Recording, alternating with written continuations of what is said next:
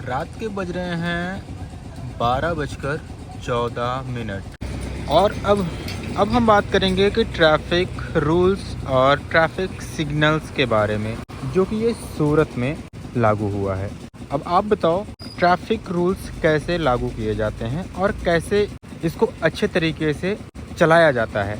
अब ये बताओ ये रोड कितना बिजी है? कुछ भी बिजी नहीं है ना, पूरा खाली है अभी इतने समय। रात्रि के 12 बज रहे हैं और ये पूरा रोड खाली है, लेकिन अभी भी यहाँ पर देखो ये सेकंड का रिमाइंडर चल रहा है।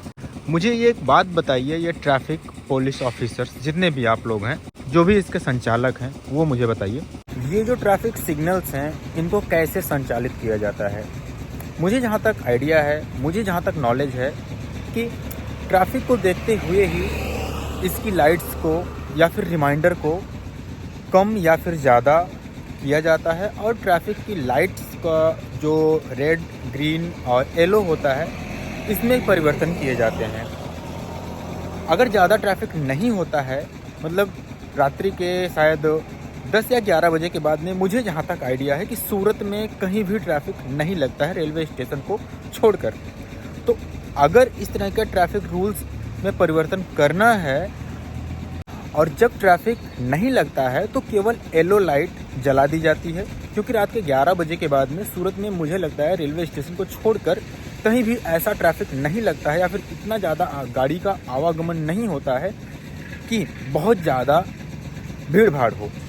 तो उस जगह पर येलो लाइट जलना चाहिए, ना कि रिमाइंडर, क्योंकि रात्रि के समय में सबको अपने घर जाने की जल्दी होती है। और कब तक कोई वेट करेगा, कितनी देर वेट करेगा?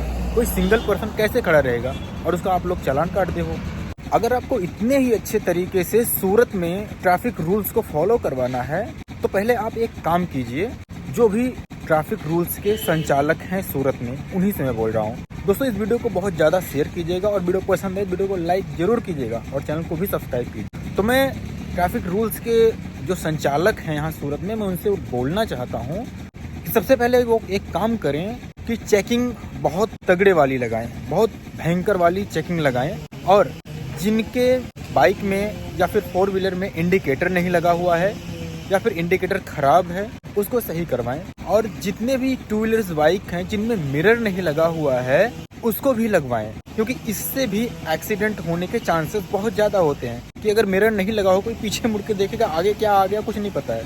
अगर आप बोलो कि इस तरह से ट्रैफिक रूल्स को ही केवल ऐसे ही फॉलो करवा के आप दुर्घटना को बचा सकते हैं, तो नहीं, ऐसा पॉसिबल ही नहीं है। अगर पूरी तरह से अगर ट्रैफिक रूल्स को फॉलो करवाना चाहे ना तो नहीं करवा पाएंगे मुझे लगता है कि इंडिया में, क्योंकि शूज़ पहनकर ही बाइक चलाया जाता है और जितने भी बाइक में या फिर 4 व्हीलर में जितने भी इक्विपमेंट्स लगे होते हैं, चाहे इंडिकेटर हो या फिर मिरर हो, वो सब कुछ सही होने चाहिए। तो इन सब बातों का आप ध्यान रखिए और चेकिंग अच्छे से करवाइए। और आजकल बहुत ज़्यादा ट्रेंड चल रहा हुआ है प्रेशर हॉर्न का, और ये प्रेशर हॉर्न ज़्यादातर 2 व्हीलर में देखने को मिल रहे हैं, और जो ये ऑटो वाले हैं उनके पास भी, उनके मतलब वाहन में भी, ऑटो में भी लगा हुआ दिख रहा है। इससे भी बहुत ज़्यादा एक्सीडेंट होने के चांसेस है, क्योंकि पास में पहुंचने के बाद में बहुत तेज़ी से जब हॉर्न कोई बजाएगा कान के पास में, तो इससे ध्वनि प्रदूषण भी हो रहा है और प्लस कानों के पर्दे भी फटने के चांसेस होते हैं, प्लस एक्सीडेंट भी अचानक हो सकती है। कोई घबराहट में कोई मतलब सोचेगा कि बड़ी गाड़ी आ गई, ऐसा भी हो सकता है, तो ये भी होगा। तो इस पर भी आप ध्यान दीजिए। ट्रैफिक रूल्स संचालक या फिर ट्रैफिक पुलिस से मैं रिक्वेस्ट करता हूँ, सूरत की जितने भी हैं, तो इस पर भी ध्यान दीजिए। बाकी जो और कुछ बातें हैं मैं आने वाली वीडियो में आपसे मैं रिक्वेस्ट करूँगा और बताऊँगा आपको। तब तक के लिए नमस्कार, अब मिलते हैं अगली वीडियो में।